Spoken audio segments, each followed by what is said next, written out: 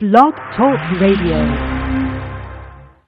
Boa noite, meus amigos. Estamos aqui de volta com o True Outspeak, como sempre, com excesso de material muito interessante. Vamos começar aqui respondendo a uma pergunta que me foi enviada pelo meu amigo Naum Sirotsky, que é correspondente da Zero Hora em Israel. Ele diz: sempre me resta uma dúvida sobre o soerguimento do Islã. Deve existir em algum lugar uma forma ou outra de autoridade humana, inspirando ou orientando o que acontece. Não creio no Al-Qaeda, nem em Bin Laden, nem nos Ayatollahs, que são xiitas, ou seja, cerca de 2 milhões do total de muçulmanos, 200 milhões do total de muçulmanos. E eles, como os judeus desde a destruição do templo, não têm sacerdotes.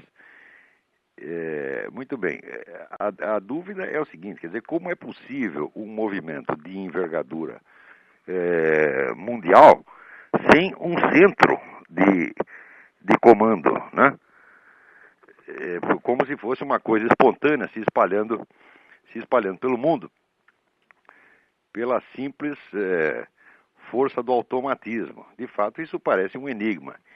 E este é um enigma que os comentaristas políticos e os analistas jornalísticos não vão entender, do Ocidente, não vão entender jamais. Eles não têm a menor condição de entender como é o processo profundo da guerra de civilizações. Porque para isso seria preciso estudar a estrutura do Islã até as últimas fontes da espiritualidade islâmica, que estão bem remotas, vamos dizer, da política diária. Quer dizer, esse pessoal, vamos dizer, de formação mais ou menos materialista, e mesmo o pessoal que seja religioso, não tem no Ocidente a visão dessa profundidade, não consegue conceber como é que funciona realmente o Islã. Né? Eles veem que existe as mesquitas, existe o culto popular, né? Que existe ali alguns funcionários das mesquitas, que são a liderança religiosa aparente, e existe, por outro lado, a estrutura dos estados, né? Mas procurando em tudo isso, eles não enxergam um centro. E muito bem, para achar esse centro, você precisa cavar além da superfície. Você não pode esquecer que o Islã está, vamos dizer, povoado de tarikas. Tarikas são organizações esotéricas, organizadas mais ou menos como ordens monásticas, e que se dedicam, vamos dizer, a exercícios espirituais que são, vamos dizer, um acréscimo às práticas rituais obrigatórias do Islã, que são práticas ditas suprarrogatórias, quer dizer, não são obrigatórias pela lei religiosa, é uma devoção especial que o indivíduo faz se quiser. As tarikas remontam ao próprio tempo de Maomé, né, onde havia um grupo que se reunia para fazer recitações dos nomes de Deus, e alguém perguntou a Maomé o que ele achava disso. Ele disse que eram excelentes pessoas, mas que eles estavam fazendo algo que não era obrigatório, que eles mesmo tinham oferecido aquilo a Deus. Muito bem. Daí se origina uma multidão de organizações esotéricas que se ramificam por todo o Islã. E se você entra numa mesquita e tem ali dentro 1000 pessoas, você pode ter certeza que pelo menos 900 pertencem a alguma tarika. As tarikas não se dedicam à atividade política, mas elas são a fonte profunda da unidade espiritual e, portanto, cultural do Islã. E, evidentemente, é lá que tudo começa, né?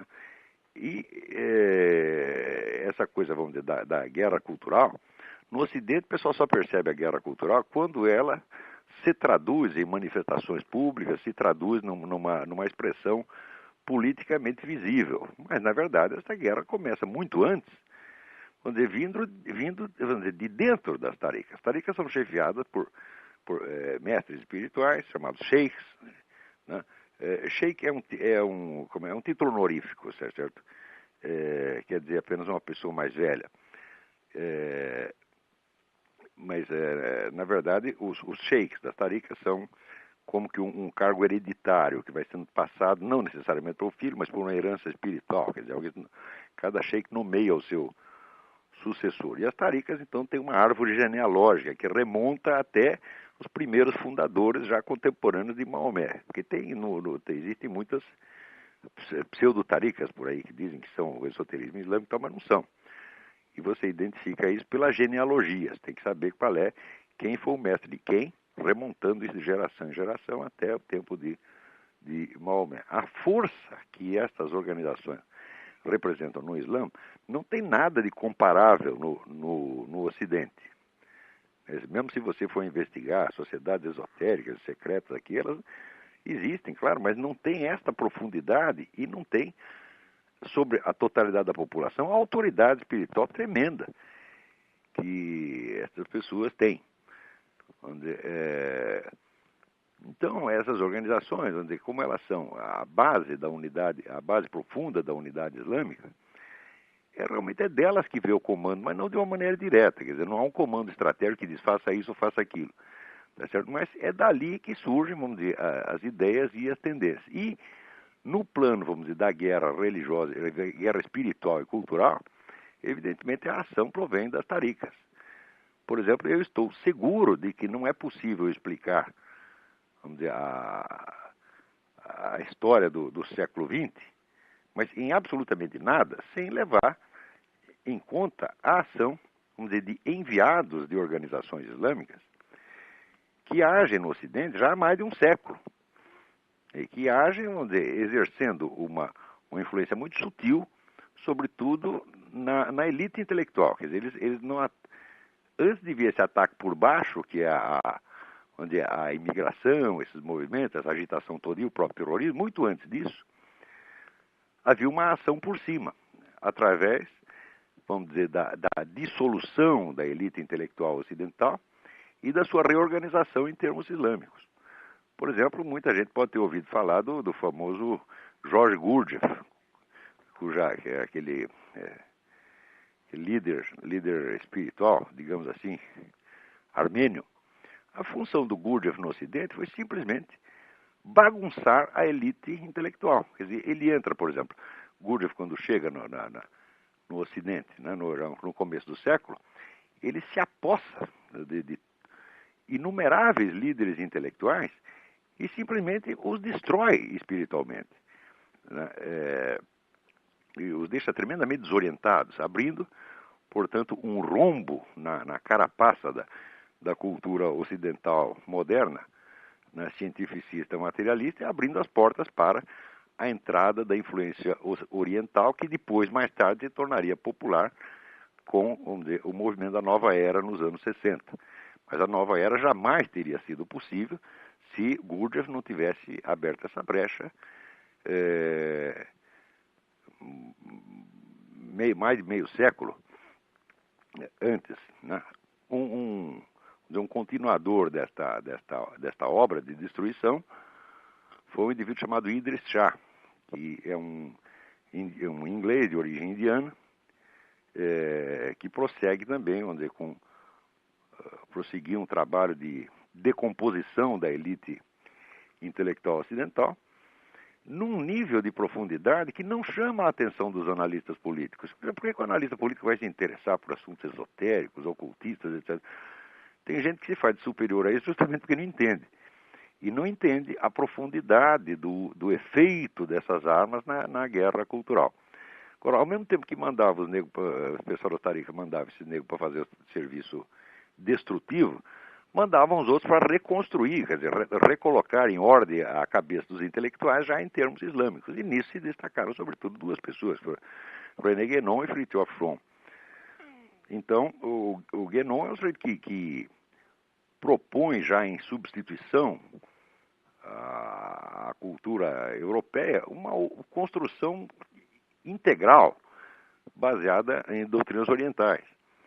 Então, quando o Guénon começou a falar essas coisas por volta de 1920, ninguém prestou a mais mínima atenção. Ele fez até uma conferência na Sorbonne com o título de Metafísica Oriental. Acho que tinha 10 pessoas lá, ninguém prestou a mais mínima atenção. Passados 50 anos, mas menos 50 anos, 40 anos, o pensamento do Guénon era o dono, o proprietário absoluto do Departamento de Estudo Religioso na Universidade de Paris. Proliferando, vamos dizer, a sua influência proliferando, numa escala que no começo seria inimaginável. Então, é aí que está, vamos dizer, a guerra cultural profunda. Mas eu duvido que algum analista ocidental, e mesmo os melhores, se você pegar o pessoal que mais entende disso, se você pegar, por exemplo, eu nunca vi o Bernard Lewis fazer um tratamento disso com a profundidade que deve, tá certo? Por exemplo, o Gurdjieff, você tem vários movimentos artísticos no modernismo, tá certo? Que dão a impressão de ser uma criação puramente ocidental, mas não era o dedo do Gurdjieff que estava lá. Aqui nos Estados Unidos, por exemplo, o arquiteto mais influente, que é esse Frank Lloyd Wright, que é o sujeito que revolucionou a arquitetura americana, ele era um discípulo do Gurdjieff, quer dizer, obedecia instruções diretas do Gurdjieff. Gurdjieff conseguia criar estilos artísticos assim como quem preenche um cheque, ele criava um atrás do outro. Tá certo? Quer dizer, é um tipo de, vamos dizer, de capacidade que as pessoas normalmente não imaginam. Isso não quer dizer que eu goste muito desse Gurdjieff, não, mas temos que reconhecer a força tremenda. Então, tudo isto é neste nível, vamos dizer, da unidade espiritual da tradição islâmica que se tem que encontrar, vamos dizer, a tal da autoridade humana, pela qual pergunta com muita razão o Naum Sirotsky, tá certo? Mas quanto mais tempo passa, mais eu vejo que a incapacidade de fazer as perguntas corretas é a grande falha do ser humano, da classe falante. Eles falam, mas às vezes o problema está na frente deles e eles nem percebem que existe o problema, não percebem a questão e não fazendo a pergunta, evidentemente, não tem a resposta. Então, esse mistério, né, desse movimento tremendo, avassalador, né, aparentemente sem cabeça e sem comando, que vai tomando conta do mundo, até hoje não suscitou a pergunta correta. E quando se faz a pergunta, a pessoa não tem a resposta. Não tem a resposta porque a procuram no nível do comando político ou no mais religioso, no sentido mais externo da coisa, e não no sentido do comando espiritual que unifica uma civilização. Muito bem. Mudando agora de assunto, chega aqui uma notícia de que o George Soros contribui para o Comitê de Defesa da Lynn Stewart. Lynn Stewart era aquela parceira do Sheikh Abdelrahman, chamado como Sheikh Cego, o sujeito que foi condenado, em 1996, foi condenado à prisão perpétua como mentor do atentado à bomba feito em 1993 contra o World Trade Center, o próprio World Trade Center. Então vemos aí que a influência do George Soros, tá certo? Não é só no sentido, vamos dizer, de derrubar os Estados Unidos, é também no sentido de fomentar e fortalecer o seu inimigo. Eu acho essa notícia de uma importância extraordinária, porque toda esta oposição que se faz aqui à guerra do Iraque, então, é evidente que isso aí vem de parte interessada. Quer dizer, o senhor precisa ser muito ingênuo, muito idiota para acreditar na seguinte história. Os Estados Unidos invadiram o Iraque porque tinha interesse no petróleo, que não ganha dinheiro com o petróleo. E o outro lado reage sem interesse nenhum, todo mundo só por idealismo, são as pessoas maravilhosas, tá certo, que estão sendo oprimidas pelo nazismo americano. Aliás, o George Soros, né, que é um sujeito que ele é de origem húngara e que veio morar aqui nos Estados Unidos e pegou a nacionalidade americana, ele vive dizendo que os Estados Unidos são a Alemanha nazista. Ora, mas não é interessante? Você imagina, né, no tempo da guerra, algum judeu húngaro, né, e pedir asilo político na Alemanha nazista? Né? Quer dizer, o Soros dá a impressão, é quase a mesma coisa, né? Ele veio aqui para os Estados Unidos e a Alemanha nazista. Se a gente fala uma coisa dessa, evidentemente, é um camarada afetado de mendacidade compulsiva. Né? Bom, vamos lá.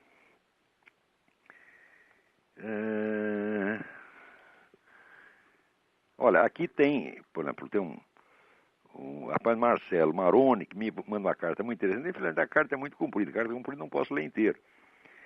Mas ele me conta que ele, durante o ensino, né, a sua experiência de estudante, ele sofreu a mesma lavagem cerebral esquerdista que todo mundo sofre, Mas disse, o meu primeiro contato com uma posição diferente daquelas defendidas por meus amigos professores de história, todos de esquerda, é claro, foi de uma forma muito prosaica. Um bate-papo de 1 hora com um idoso polonês na praia de Barra Velha, Santa Catarina, no quintal da sua casa, onde ele nos autorizou a acamparmos em 1976. Lembro-me que, de dedo em rista, ele nos alertava sobre as paixões infanto-juvenis pelo comunismo, pois ele mesmo sofreu os diabos com a vida miserável e aterrorizante que levava na Polônia no pós-guerra sob a égide da então União Soviética, antes de fugir para o Brasil. Olha, isso aqui é uma experiência que também me aconteceu, de conhecer, né, gente que tinha fugido da Rússia, da Polônia, da Romênia, né? Inclusive tem um camarada que me contou uma história muito interessante. Aliás, foi o doutor Maurice Costin, que é aí da Federação das Indústrias de São Paulo. Ele disse que quando ele fugiu da Romênia, e ele fugiu porque ele já estava numa situação conflitiva lá, ele tinha feito uns discursos contra o governo, foi preso, conseguiu fugir da cadeia. Então é uma história mirabolante, um dia talvez até conto para você. Mas ele foi parar no Brasil, e ele disse que ele entrou então no supermercado Carrefour, e quando ele chegou no balcão de carne, ele disse que ele chorou de emoção, porque ele disse que ele não sabia que existia tanta carne no mundo e que se vendia, né? Então, histórias como essa são muito comuns, o pessoal ter uma experiência humana, né? De multidões, milhares, milhões de pessoas passaram por isso e conhecem, e o depoimento dela está sempre acessível. Quer dizer, quem não se interessa, quem prefere julgar as coisas por imaginação, em vez de perguntar para quem estava lá, né, é porque realmente quer se iludir, quer se enganar a si próprio. Mundus vult decipi, já diz a Bíblia, o mundo quer ser enganado e é mesmo, né? Então, muito bem, obrigado pela sua carta, Marcelo. Né? Aqui a Eliane Catanhede, na Folha de São Paulo, está advertindo contra a caça aos cucarachos, né? Dizendo que coisa horrorosa, 40 brasileiros foram expulsos dos Estados Unidos, mas é uma guerra aos cucarachos, coitadinhos, eles são perseguidos o tempo todo. Você sabe quantos tem aqui? Né? Só no estado da Virgínia são 120 mil, meu Deus do céu. Quer dizer, tem brasileiro aqui para tudo quanto é lado, está sobrando brasileiro aqui, de vez em quando eles pro forma, para não dizer que não cumpre a lei, eles mandam para fora. Eles mandam como? Eles não saem procurando ninguém. Agora, se o sujeito bate o carro na esquina, tá certo? Você vai lá e vê que ele não tem carteira de motorista, ainda está aqui ilegal, ou está com carteira falsificada, que é o hábito de muitos brasileiros aqui. O que vai fazer com o sujeito? Aí tem que mandar embora mesmo, porque senão vai dar na vista. Quer dizer, se o guarda não fizer isso, é ele que vai para a cana. Se bem que aqui já se criou um hábito de mandar para a cana não o polícia que não cumpre, que descumpre o seu dever, mas aquele que cumpre, né? Ainda está rolando aqui aquele caso dos dois famosos guardas, que se chamam Compián e Ramos, que atiraram num traficante em fuga, tá certo? O traficante estava fugindo, carregado de maconha, eles deram-lhe um tiro na bunda, né? E daí o sujeito processou a polícia e os dois policiais estão presos, porque cumpriram o seu dever, tá certo? Aqui tem um monte de organizações apelando ao presidente Bush para que ele solte os dois, para que ele dê o indulto presidencial, mas até agora ele não fez nada. Por que ele não fez nada? Porque houve aí o dedo do governo mexicano. O governo mexicano intervém para defender esses traficantes, tá certo? E o Bush quer manter boas relações com o México, principalmente tendo em vista aquela porcaria da tal da comunidade norte-americana que eles querem fazer, fundindo México, Estados Unidos e Canadá. O Bush já tinha assinado um protocolo de intenções com o presidente do México e o primeiro-ministro do Canadá, protocolo que ficou secreto durante 2 anos, foi revelado agora. Então, em função desses planos verdadeiramente sinistros, tá certo? De criar uma unidade política, um poder supracontinental formidável, então acabam os policiais que cumprem o seu dever, acabam, né, indo para a cadeia, vítima desses grandes planos de pessoas que acham que sabem o que é bom para o mundo, acham que sabem como é que os outros devem viver. Aliás, falando nisso, alguém aqui me manda uma carta lembrando o caso, tá aqui, tá aqui, tá aqui. Tem uma carta e tem uma notícia. Né? O caso desse menino inglês, que porque estava pesando 89 quilos, né, os assistentes sociais ameaçaram tirar o garoto da guarda da mãe e levar para colocar sobre os cuidados do governo. No fim, rolou lá todo um processo, no fim, devolveram o garoto para a mãe, mas com a condição de que ela mude a dieta dele. Quer dizer, você não tem mais o direito de ser gordo ou de ter um filho gordo. Né? Quer dizer, esta ideia, vamos dizer, do Estado que interfere em todos os aspectos da vida privada dos cidadãos, tá certo? E lhes dita regras e criminaliza a conduta diferente, isto aí, vamos dizer, é uma constante, são dos princípios da tal da nova ordem mundial. Né? Isso tudo começou com o negócio o teste para tudo isso foi o antitabagismo. E o antitabagismo funcionou. Quer dizer, conseguiram convencer as pessoas de que se alguém fumar perto delas, elas vão ter câncer, tá certo? Por exemplo, nos aviões, né? No avião foi feito um teste que para o sujeito da ala não fumante absorver, né, a quantidade de nicotina, alcatrão, etc., equivalente a um cigarro, ele precisaria 47 mil horas de voo. Aí você vê o risco tremendo que o sujeito corre, né, ao fazer uma viagem de avião. E, no entanto, a viagem de avião perde um fumante. E, no entanto, convence as pessoas de que é preciso proibir o fumo ali para que as vítimas não haja milhares de mortes de fumo passivo, né? Então, agora, a causa do antitabagismo, ela é, de certo modo, ela é convincente, ela é persuasiva. Por quê? Porque tem muita gente que fuma e se sente culpado de fumar. Tá certo? Então, se vem alguém e o proíbe, o sujeito se sente aliviado. Né? Se sente aliviado e se sente até bem tratado. Ele sente que é um carinho materno, uma ternura, a mamãe está se preocupando com ele. Né? Então, agradece que os outros mandem na vida dele. Tá certo? Quer dizer, não é um fumante honrado. Tá certo? É um fumante de duas caras. Ele está fumando, mas ele não quer fumar. Quer dizer, ele não diz eu não é que nem o ex-presidente Jânio Quadros, eu filo porque quilo. Né? Eles fumam, mas não assumem que quer fumar. Não é fumante cínico que nem eu. Entendeu? Eu fumo, gosto de fumar, não vou parar de fumar, vou fumar até o último dia da minha vida e qualquer conselho de saúde antitabagista é considerado insulto pessoal. Mas tem muita pessoa que ela fuma, mas ela quer fazer de conta que ela está fumando a contragosto, que ela é uma vítima da indústria de cigarro. Então, quando chega aí a cara da campanha tabagista que o proíbe de fumar, ele se sente até aliviado, né? Porque daí ele não tem que decidir a sua vida, o governo já decidiu para ele. Então, essa campanha foi muito bem calculada, porque ela pega dois tipos de pessoas. Pega primeiro aqueles neuróticos alérgicos que você puxa um cigarro da carteira, o nego já começa a tossir e espirrar na sua frente a 20 metros de distância. Né? Uma vez eu estava dando uma conferência num salão que parecia um estádio de futebol. E eu cinicamente puxei aqui meu cigarrinho e o nego começou a tossir lá na plateia. Antes de eu acender, falei, peraí, espera pelo menos eu acender, pô, porque senão você dá na vista, né? E então, depois dessa campanha do antitabagismo, começou um monte de campanha, vamos dizer, sempre no sentido de fazer de conta que estão protegendo a sua saúde, mas que na verdade é que estão querendo mandar na sua vida.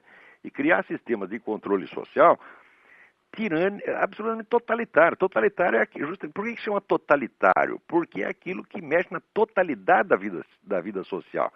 Quer dizer, não há mais um recinto privado, tá certo? Na qual você tenha alguma liberdade. É isso.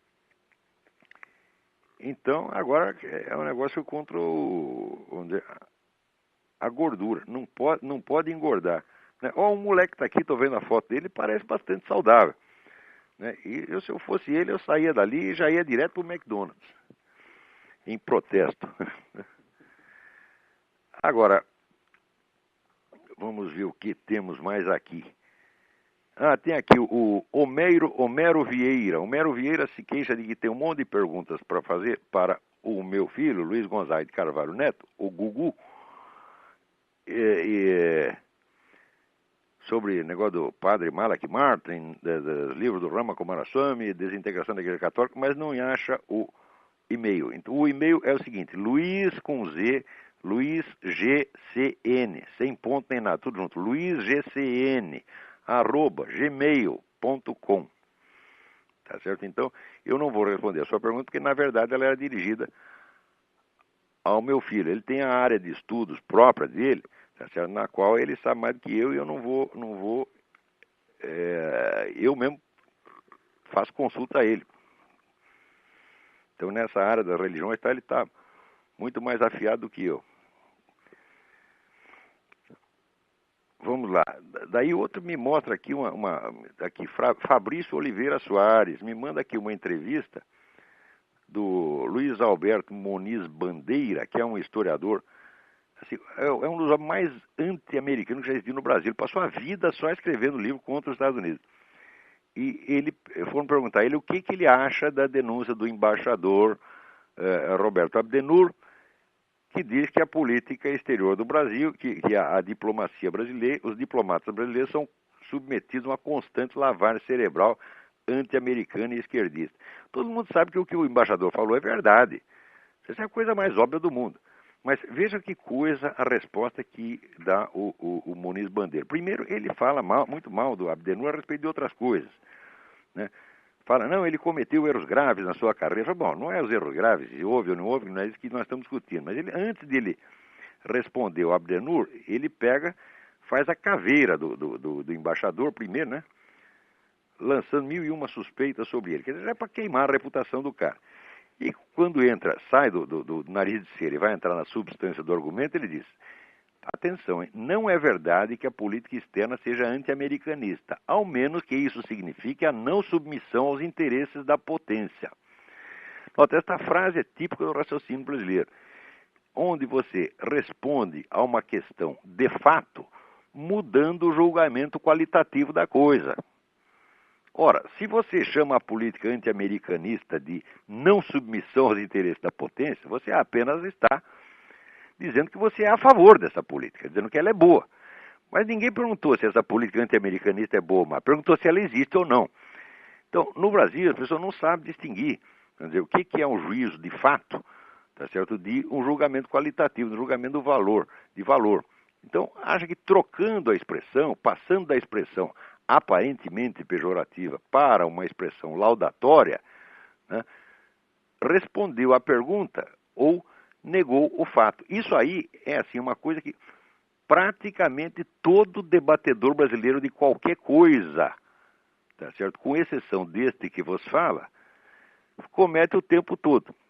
Quer dizer, você pergunta, você é anti-americanista? Não, eu sou a favor da não submissão aos interesses da potência.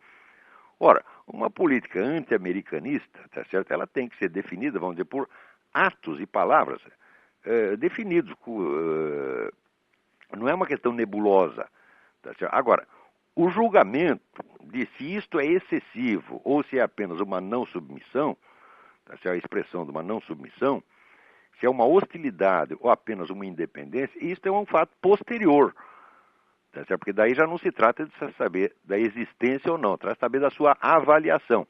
Então você pergunta sobre a existência de um fato, o nego responde com a avaliação que ele faz do fato. Tá certo? E usa esta avaliação como se fosse uma prova da inexistência ou da existência do fato. Eu digo, mas, olha, esse aí é uma mistura, vamos dizer, de burrice e má-fé. De qualquer pessoa que tenha estudado um pouquinho, vamos dizer, de arte dialética, arte retórica, sabe que isso aí é safadeza, que não se faz isso aqui. Agora, o Moniz Bandeira dá um show aqui de erística. Primeiro ele queima, pergunta o que achou da declaração do Abdenur. Primeiro ele queima a reputação do Abdenur, alegando coisas que não tem nada a ver com o caso. Por exemplo, o Abdenur deve explicar como ele permitiu que tantas irregularidades acontecessem no Instituto Cultural Brasil-Alemanha, a ponto de ter sido fechado pelo Itamaraty. Fala, bom, mas o que isso tem a ver com a política anti-americana ou não? Não tem nada, tá certo? Daí diz, a mágoa dele é que o chanceler Celso Amorim não lhe telefonou para comunicar da remoção. Aquele negócio da explicação, psicologia pejorativa. Quer dizer, primeiro ele faz tudo isso aí, faz a caveira do cara. Quando chega na hora de ele responder mesmo a pergunta, ele nem isso faz. Ele troca, né, uma pergunta que está na clave dos fatos para uma que está na clave das qualidades e valores. Isto é tudo uma sacanagem. Muito bem. Aqui o Fábio Multimídia, faz uma pergunta muitíssimo interessante. Tinha um cidadão aqui que escreveu várias vezes, reclamou que eu não respondi, de que eu no meu livro O Jardim das Aflições, eu dizia que o rei da Inglaterra, Henrique VIII, que era um assassino de esposas, né, certo? Agiu indevidamente, lançando sobre si o manto, né, da autoridade mosaica. Então o sujeito diz, não, mas Moisés mandava matar as adúlteras, apedrejar as adúlteras, ele também era assassino de mulheres, etc, etc. Olha, eu não creio que seja a mesma coisa você mandar apedrejar, independentemente do que a gente pensa do apedrejamento de adúlteras, né, não é a mesma coisa você mandar apedrejar a adúltera, né? Um sujeito mandar apedrejar a adúltera e o adúltero que manda matar a mulher só para poder casar com outra. É claro que não é a mesma coisa, é tão monstruosamente diferente que a pergunta não tem o menor cabimento. Por não ter o menor cabimento, eu não a respondi. Né? Mas o Fábio aqui diz, parece que o fulano anti-mosaico, depois de descarregar os cartuchos, sossegou. E daí aproveita, o Fábio me manda uma pergunta muito interessante. Pode um sujeito se envolver por uma vida inteira em assuntos filosóficos, naquilo que o senhor aponta como filosofia genuína, e nunca expressar suas conclusões e argumentos e jamais registrar suas ideias para a posteridade? Isso é perfeitamente possível, Fábio. Veja, eu quando era mais jovem, tá certo? Eu sentia que o ambiente em torno de mim era tão opressivo e burro, né, que eu achava que eu jamais teria nem com quem conversar a respeito das coisas que eu estava estudando. E eu estudava, eu já tinha decidido o seguinte, não, eu quero saber as coisas, mesmo que eu jamais consiga dizê-las, mesmo que seja para guardá-las apenas para mim, mesmo que esse conhecimento sirva apenas para aperfeiçoar a minha própria alma e me ajudar a pagar meus pecados, tá certo? E de modo que eu apareça no juízo final, né, com um traje melhorzinho, tá certo? Mesmo que seja isso, vamos dizer, a finalidade espiritual, ela é o predominante, é ela que interessa. Você vê, houve um outro caso também, na Romênia, existia um filósofo que jamais publicou nada, publicou um livro. Ele escreveu, tomou umas notas, tal, que só agora estão sendo publicados, né, 30 anos depois do sujeito morrer, que é Petre Tsutsea. Petre Tsutsea era um gênio fabuloso, tá certo? E o meu amigo Tudor Munteanu, que mora aqui nos Estados Unidos, e que é filho de um ex-embaixador da Romênia aqui nos Estados Unidos, que aliás é um herói nacional, Aurel Munteanu, o Tudor tem um grande respeito pelo Petre Tsutsea e está dedicando anos da vida dele a coligir as poucas notas que o Tsutsea deixou aqui e ali, e que compõem, vamos dizer, um sistema filosófico inteiro. O Tsutsea, a vida inteira dele, ele só bateu papo. Tá certo? Então tem muita gente na Romênia que se lembra dele como um tipo folclórico, né? Reconhecendo que era um gênio filosófico, mas um tipo esquisito. E agora que apareceram essas notas, essas cartas, essa coisa toda, agora que se sabe alguma coisa, vamos dizer, da filosofia escrita do Tsutsea. Mas o próprio Tsutsea jamais fez o menor esforço para divulgar nada disso. Além disso, existe o famoso exemplo de Sócrates. Sócrates não escreveu uma palavra.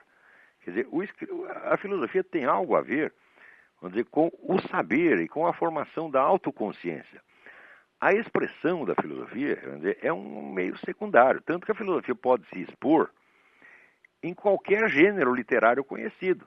Pode se expor através de tratados, de ensaios, de crônicas, de memórias, de romances, de poesia, ou de aba 4. Isso mostra que não existe conexão intrínseca entre a atividade filosófica, que é analítica, reflexiva e crítica por natureza, e a sua expressão literária, né? Agora, quando o Zé Arthur Janotti, por exemplo, diz que a filosofia é uma atividade que lida com textos, isso prova que ele não tem a menor ideia do que é filosofia. Quer dizer, ele está pegando assim ele está confundindo a torneira com a água, pô. Quer dizer, já existia água milênios antes de existir torneira. Muito bem. A segunda pergunta. Há um escritor francês muito bem cotado chamado Pierre Lévy, na minha opinião, um falante apenas. Ele afirma em um dos seus livros que nós jamais pensamos sozinhos, mas que sempre pensamos em função da coletividade ou sociedade. Ora, essa contraposição, ela já é absurda em si, tá certo? Porque é tão certo você dizer que o pensamento é individual quanto você dizer que ele é coletivo, porque ele é individual sobre certo aspecto e coletivo sobre outro aspecto. A verdadeira dificuldade consiste em você discernir quais são os elementos de individuais e coletivos que tem concretamente. Quer dizer, aonde que o indivíduo, né, criou, vamos dizer, uma síntese dele como um fenômeno que se passa dentro da consciência dele, tá certo? E aonde que ele está ecoando um discurso coletivo e vice-versa. Quer dizer, esse coletivo, até que ponto o coletivo tem uma unidade própria, ou ele é, ao contrário, apenas uma unificação ex post facto, feita com vários materiais individuais, que o historiador vê tudo aquilo junto, cria uma impressão unificada e dá uma ilusão de conjunto. Ou seja, quem diz que o pensamento é individual ou é coletivo, qualquer gente diga essas duas coisas, é uma besta quadrada, tá certo? Porque tudo que existe é as duas coisas. Por exemplo, né? Você, Fábio, você, sob certo aspecto, você é um indivíduo. Por outro lado, você é membro de uma família, você tem carrega uma hereditariedade. Por um terceiro aspecto, você é membro de um grupo social, etc, etc. Então, esses dois elementos, vamos dizer, eles se constituem mutuamente. Quer dizer, a individualidade, o individual e o coletivo, eles não são termos separados. Eles não existe um sem o outro. São exatamente a mesma coisa, vista sob dois aspectos. Agora, conforme o seu gosto, você pode. Se você for liberal, você diz que é individual. Se você for socialista, você diz que é coletivo. Mas está todo mundo falando besteira aí. Porque na vida concreta, tudo é individual e é coletivo ao mesmo tempo. Né? Cada um sob certo aspecto. Né? Deixa eu ver se tinha muita coisa importante aqui. Eu estou ficando com dó. Tem um cidadão aqui francês que escreve uma carta iracunda contra os ecologistas. Je suis viscéralement anti-écolo. E aí ele vai, desce o cacete, ele tem toda a razão. Eu não vou ler a carta inteirinha, né? É muito, muito eloquente e muito brabo. Ele diz, Monsieur Debier, o senhor tem toda a razão.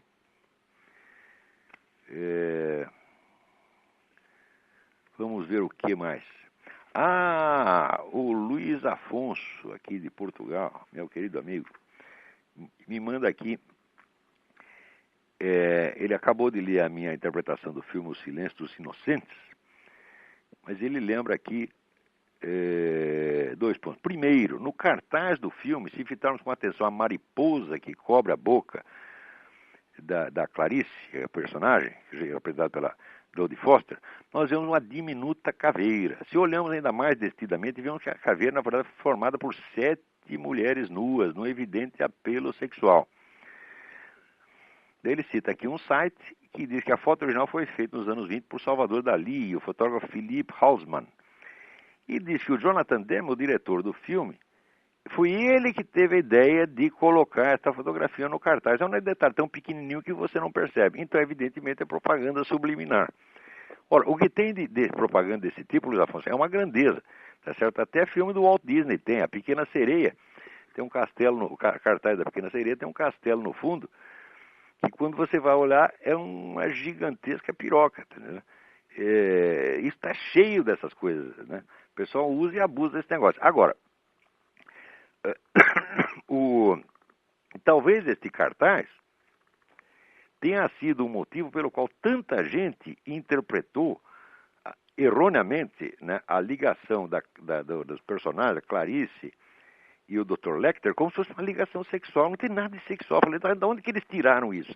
É porque tinha um negócio subliminar, né, no ar que sugeria lá esta ligação.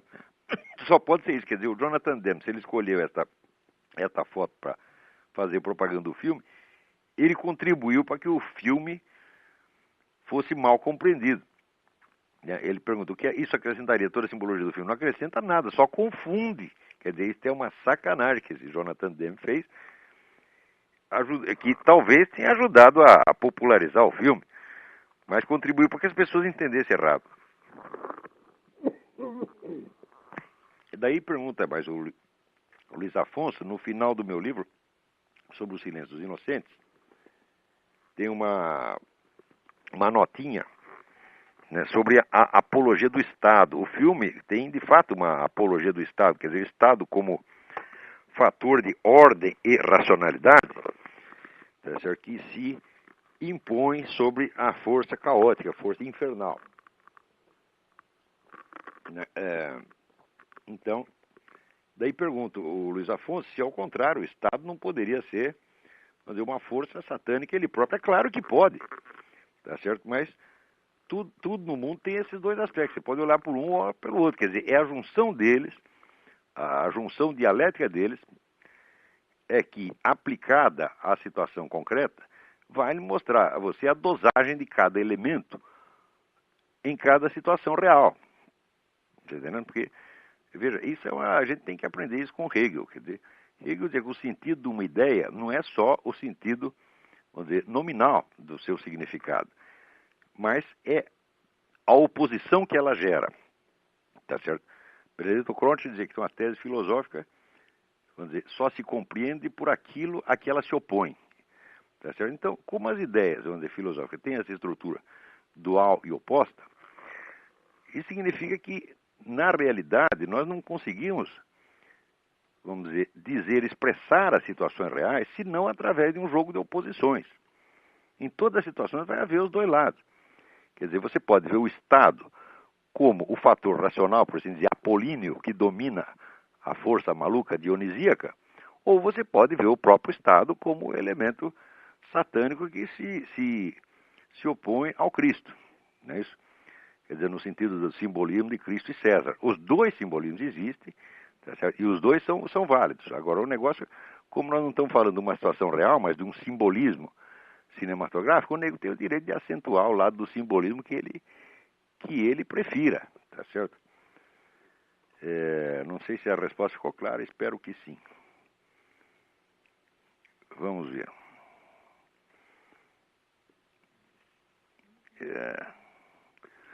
Vamos ver se tem gente na linha aí, vamos lá. Alô? Alô? Alô? Quem é? Alô? Boa noite. Boa noite. Quem está falando é Tony, aqui de São Paulo. Oi, tudo bem? Tudo bom. Eu tenho uma pergunta para fazer para o senhor. Por favor. É o seguinte, sobre a sua teoria sobre a continuidade do movimento revolucionário através da história, Uhum. a minha pergunta é o seguinte, na Grécia, na época de Aristóteles, o que a gente poderia definir como, se é que é possível, como seria esse movimento revolucionário na Grécia? E se existia o que poderia se dizer como esquerda na Grécia? Bom, claro que existia, vamos dizer, forças, por assim dizer, aristocráticas e democráticas em oposição, tá certo? Uhum. Quer dizer, o próprio Platão, né, na Carta Sétima, ele conta que ele entrou lá numa revolução democrática, se ferrou todo, depois se desiludiu. É como se tivesse votado no PT, né? Ele escolheu uma espécie de PT na época, apoiou, e depois viu que aquilo é tudo um bando de ladrão. Essa experiência se renova. Mas, quando eu falo do movimento revolucionário, é um fenômeno especificamente moderno. Uhum. E ele começa a se definir a partir, vamos dizer, daquelas correntes messiânicas entre o século XIV e XVII, mais ou menos, mas que só se perfila como unidade autoconsciente a partir do século XVIII. Então, Então ele é bem mais recente. Não existe uma continuidade não existe que uma vá até a através Grécia. dos tempos. A não ser que a gente queira confundir, porque existe o famoso livro do Plínio Corrêa de Oliveira, que foi a Revolução e Contra-Revolução, que ele pega assim, tudo que é anticristão e coloca uma unidade histórica. Não, isso tem uma unidade simbólica, uma unidade doutrinal, mas não uma unidade histórica. Na unidade histórica você tem que comprovar, vamos dizer, a continuidade de geração para geração. Quando eu digo que o movimento revolucionário é contínuo desde o século XVIII, é porque você tem documentos, tá certo, em que cada geração de revolucionários se reporta à anterior. Quer dizer, ela se define a partir... Conscientemente se reporta anterior. Sempre se reporta à anterior. Tá certo? Sempre. Quer dizer, não é uma mera divisão assim entre uma esquerda e uma direita? Não é uma unidade de tipo só ideal, só de ideias. Não é isso, não. Como se diz, um diálogo de geração para geração. Quer dizer que cada nova geração se define a si mesma em continuidade, em parte por oposição e por crítica à geração anterior. Quer dizer, o movimento revolucionário ele se corrige a si mesmo, né? A cada geração ele busca novo rumo, mas sempre a partir de uma análise consciente do legado dos antecessores. Então, isso é o que se chama, vamos dizer, uma linha de significações, está entendendo? É uma linha contínua, quer dizer, comprovada assim empiricamente. Não é uma interpretação que a gente faz, não. Está compreendendo? Quer dizer, a gente pode descobrir outros tipos de continuidade por analogia. Um sujeito que pensou assim no século IV e outro que pensou da mesma maneira no século XVIII. Pode ser, mas aí não estamos falando de continuidade histórica. Nós estamos falando de analogia, quer dizer, são formas de pensamento que se repetem. Não é isso? É uma coisa que você ter duas pessoas que são parecidas não quer dizer que elas são parentes. Porque essa visão utópica da sociedade e esse tipo de coisa é uma coisa que a gente pode encontrar mais para trás na história, né? Sim, você encontra, mas você não vê uma continuidade de geração por geração. Uma coisa salta séculos, entendeu? Então não há uma unidade, você não pode falar de um movimento revolucionário, você pode dizer de ideias revolucionárias.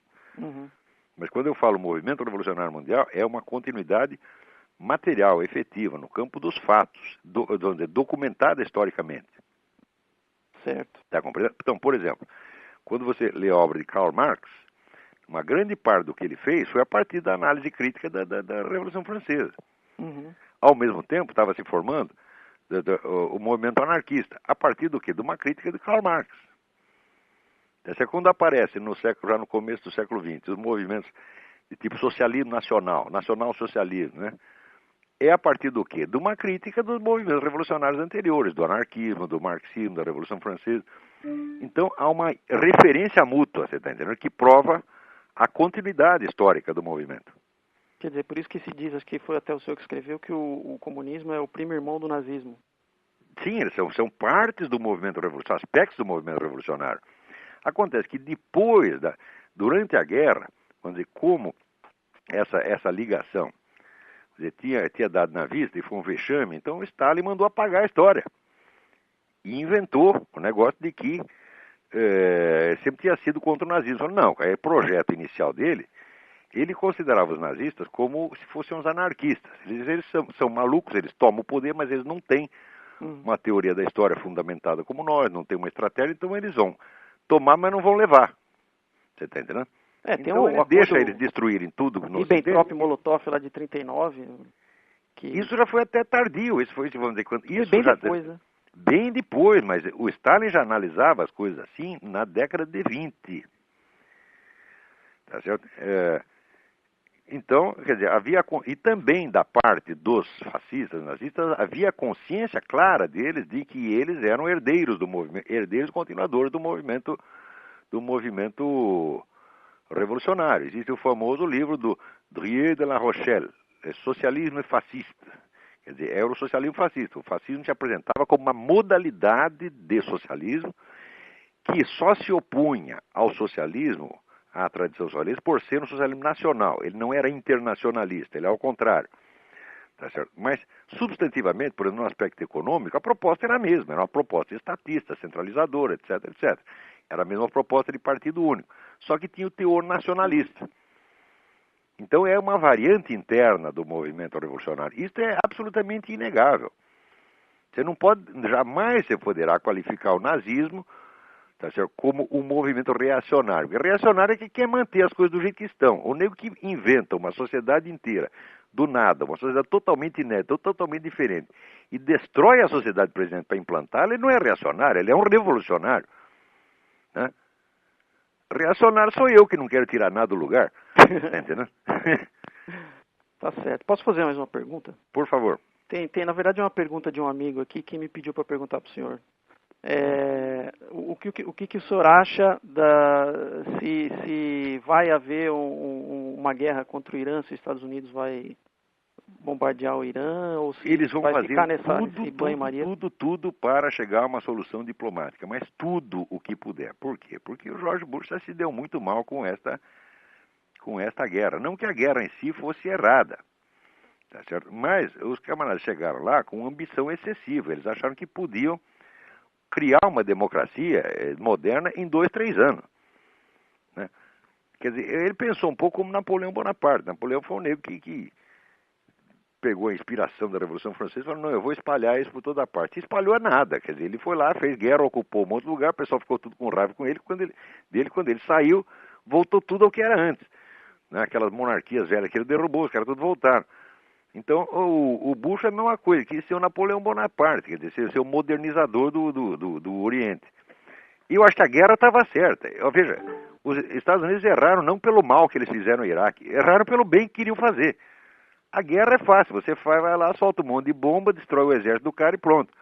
Agora, construir outro país depois, não dá. É um negócio que leva... Dá para fazer, tempo, mas precisa né? 40 anos. E com essa campanha contra, fica difícil, né? Não, outro erro, cagada monumental, mas monumental. O grande problema com os Estados Unidos não é oposição externa, é oposição interna. Uhum. Quer dizer, o que você tem de comunista, de pró-terrorista, de traidor, aqui é um negócio... E a mídia não trabalhando acaba contra mais. todo vapor. E o Bush fez a besteira de acreditar na boa-fé dessas pessoas, que essas pessoas são patriotas americanas tanto quanto ele, né? Apenas divergindo quanto aos meios. E tentou unificar o país na guerra contra o Iraque. Esse é um efeito puramente ilusório. Porque os caras, no começo, fizeram de conta que estavam apoiando ele só para puxar o tapete depois, como qualquer até eu, que sou mais burro, percebi que ia acontecer exatamente isso. Quando você vê, de repente, esses Ted Kennedy, Hillary Clinton, tudo virar patriota, de repente, não dá para acreditar, porra. Isso aí são balelas. Que nem agora esse Al Gore, o negócio da verdade inconveniente. Você já viu uma verdade inconveniente ser repentinamente aplaudida por todo o establishment, publicada na mídia inteira, está em tudo quanto é canal de televisão? Ora, meu Deus do céu. Pois é. Se fosse uma verdade inconveniente, só poderia cochichar. E eu não conheço um meteorologista com experiência, com décadas de profissão, que seja capaz de pôr a mão no fogo e dizer que põe a mãe na forca para defender Não, o mais engraçado é esse diagnóstico certeiro aí que o mundo vai acabar. Dos piores invernos americanos de todos os tempos, todo mundo congelado. E o cara falando de aquecimento global, é ridículo. Bom, muito bem, vamos ver se tem mais alguém na fila aí. Até logo. Obrigado pelas perguntas. Alô? Alô? Alô? Olavo? Eu? Assim, aqui é o Davi Carvalho de novo, de Belo Horizonte. Oi, tudo bem? Tudo bem. Aqui eu mandei mais uma daquelas resumindo da Folha de São Paulo, tá uma maravilha. Mas rapaz, um sumário de besteira, muito impressionante. O senhor viu aquela gravação em que a Miriam Leitão, aliás, o senhor já tinha escrito sobre a Miriam Leitão anteriormente, que é idiota, né? Dizendo que o Hugo Chávez está fazendo ditador de direita. Bom, mas olha, esse negócio de direita, né, tudo que a esquerda faz e que dá tudo errado, daí eles dizem que foi direita. Até Stalin, retroativamente, virou direitista. Daqui a pouco também, o Fidel Castro, a hora que fizeram as contas, primeiro eles se escondem, né? O fracasso, os crimes, etc. Na hora que não dá para esconder mais, eles inventam aquela... Não, ele não era verdadeiramente socialista, ele era direitista. Quer dizer, essa é uma coisa que é subterfúgio, parece o Rodrigo Constantino, a pessoa não fala uma coisa firme, entendeu? São tudo pessoas, não é de duas línguas, são 2, 3, 4, 5, 6, 7, 8, né? Negócio incrível.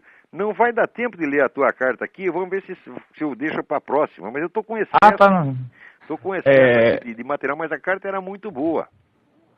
Sim. Não, pode deixar. Aqui, tem uma coisa, o senhor falou uma vez no bate-papo com o Yuri que o Brasil estava com falta de um escritor que pudesse relatar a situação com um simbolismo adequado. A experiência brasileira já não tá sendo transposta em literatura há mais de 30 anos.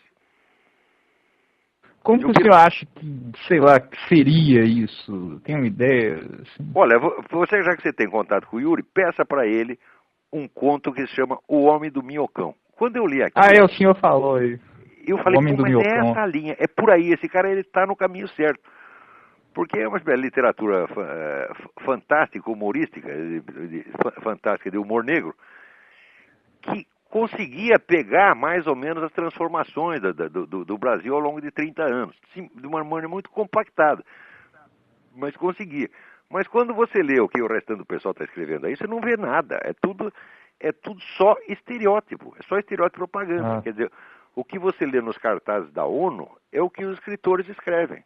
Agora, o escritor não foi feito para repetir propaganda. Ele tem que, vamos dizer, ter uma percepção pessoal da realidade e uma linguagem pessoal para documentar aquilo, de modo a criar possibilidades de expressão, que aí se tornam públicas. Mas ele pegar a própria linguagem pública e repeti-la, vai dar grande merda. Eu tenho uma sugestão. Acho que uma pessoa, que o senhor já comentou também, que pegou o simbolismo atual é o Alborguete. O Alborguete é maravilhoso. Eu acho que a linguagem para falar do Brasil de hoje é só aquela, tá entendendo? A gente tinha que convencer o Alborguete a escrever um livro. O Alborguete a gente tinha que convencer o Alborguete. Sim. Eu preciso ler. Não, eu estou dizendo convencer o Alborguete a escrever um livro. Isso, eu acho que aquele é o simbolismo também. Mas só se for um livro sonoro, porque a gente tem que ouvir, né? O bom do Alborguete é os gritos que ele dá. Pula no meu peito. Mas pois é isso então. Tem hora que eu tenho vontade de não comentar mais nada, eu só vou repetir o Alborguete. É só palavrão o tempo todo. Mas muito bem. Então, obrigado pela sua carta e pela sua participação. Sim. Eu vou ver se semana que vem eu mando mais uma. Eu costumo mandar na próxima. É um prazer. Obrigadão. Ok. Tem mais alguém na linha? Então, antes de terminar, deixa eu dar mais uma noticiazinha. Né? Aqui. Uma juíza... Não. Um juiz da cidade de Sheffield, Inglaterra, foi considerado inapto para servir como juiz de família por ser cristão, embora todos reconhecessem que ele tinha, vamos dizer, uma carreira honrosa e imaculada. Ele é um juiz, tem uma carreira honrosa e imaculada, mas porque ele é cristão, então ele não pode servir de juiz de família. Note bem, isso não são coincidências. Essa onda de anticristianismo mundial, que no Oriente mata os cristãos e que no Ocidente, né, os marginaliza, tá certo? Isto visa a fazer com que funcione em todo o Ocidente uma coisa como funciona no Irã. No Irã, por exemplo, você não é proibido de ser cristão, você não pode sê-lo em público. E os caras estão adotando a mesma coisa aqui, só que a religião oficial não é o Islã, a religião oficial é o ateísmo. Ou seja, a única posição religiosa que poderá ter validade pública, se ele expressa em público, é o ateísmo. As outras não, são apenas privadas, tá certo? E assim, bem escondidinho. Isto está sendo aplicado, está sendo implantado no mundo com uma velocidade e com uma violência sem par, com uma cara de pau, vamos dizer, ilimitada. E enquanto isso, tá certo, o pessoal das igrejas, vamos dizer, fica querendo dialogar com esses camaradas, tratando bem. Olha, está na hora de reagir, mas reagir com brabeza mesmo, tá certo? Tem que começar, vamos dizer, a criminalizar essa conduta. Por exemplo, no Brasil, este projeto de lei que criminaliza, por exemplo, está aqui um padre, um pastor, um rabino, entra lá o negro na igreja, na sinagoga, dois gays, e fica se amassando lá dentro. Não pode botar os caras de lá para fora. Tá certo? Isso aí é discriminação contra a prática religiosa. Isso aí está usando, tá certo, a conduta gay como arma de destruição das comunidades religiosas. Ora, o direito à prática da religião é assegurado pela Constituição. E desse direito faz parte inerente, tá certo, também o direito de você ter recintos sagrados onde vigora ali dentro a sua religião. Com isto, o Estado, com esse projeto, o Estado estará rompendo, vamos dizer, esse direito a espaços privilegiados para a prática da religião. Está considerando uma sinagoga ou uma igreja como se fosse um espaço público, tá certo, no qual qualquer um pode fazer o que quiser.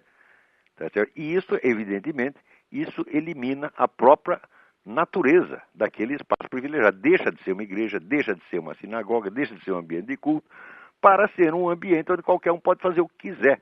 O sujeito pode entrar lá, cagar no meio da igreja, pode ficar dando amasso no outro, tá certo? Fazer o que quiser, pode dar uma trepadinha lá na frente e você não pode botar os negros para fora. Quer dizer, a própria noção, vamos dizer, de atentado ao pudor, com isso vai para o brejo. Ora, eles não estão fazendo isso para favorecer gay, porque, olha, você acha que algum gay que seja inteligente, o nego vai querer ficar dando amasso dentro da igreja, dentro da sinagoga, com tanto lugar, tem a casa dele, tem a casa do parceiro, tem um motel, né? Tem aí a Rua Vieira de Carvalho em São Paulo, que é só a massa o tempo todo.